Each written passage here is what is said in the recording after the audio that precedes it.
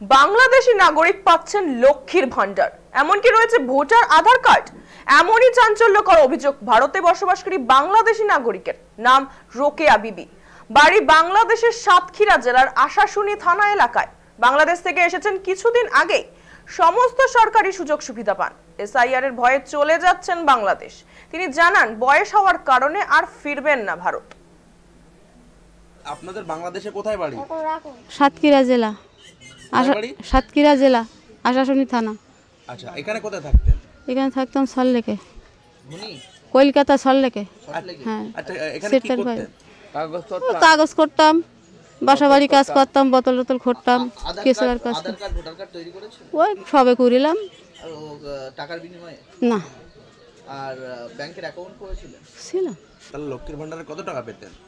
500 টাকা পেতাম প্রথম, তারপরে এই কয়েকদিন 1000 টাকা দিয়ে দিল। আচ্ছা, ভোট দিয়েছিলেন? ভোট 2বার দিলাম। আচ্ছা, ফিরে যাচ্ছেন কেন? 2002 সালের না থাকলে, ভোটের তালিকা না থাকলে অসুবিধা হবে, তারপরে তাই যাচ্ছে। আচ্ছা, ভয় লাগছে কেন? ভয় লাগছে, ভয় দেখাচ্ছে সব যে 2002 সালের ভোটার তালিকায় নাম না থাকলে অনেক কিছু হবে, সেই ভয়তে যাচ্ছে। কোনখানে? এই সবে আছে, এই 10-12 বছর আছে। আচ্ছা, তো বলছি এখানে তো আবার এখানে ফিরবেন? না, আর ফিরবো না।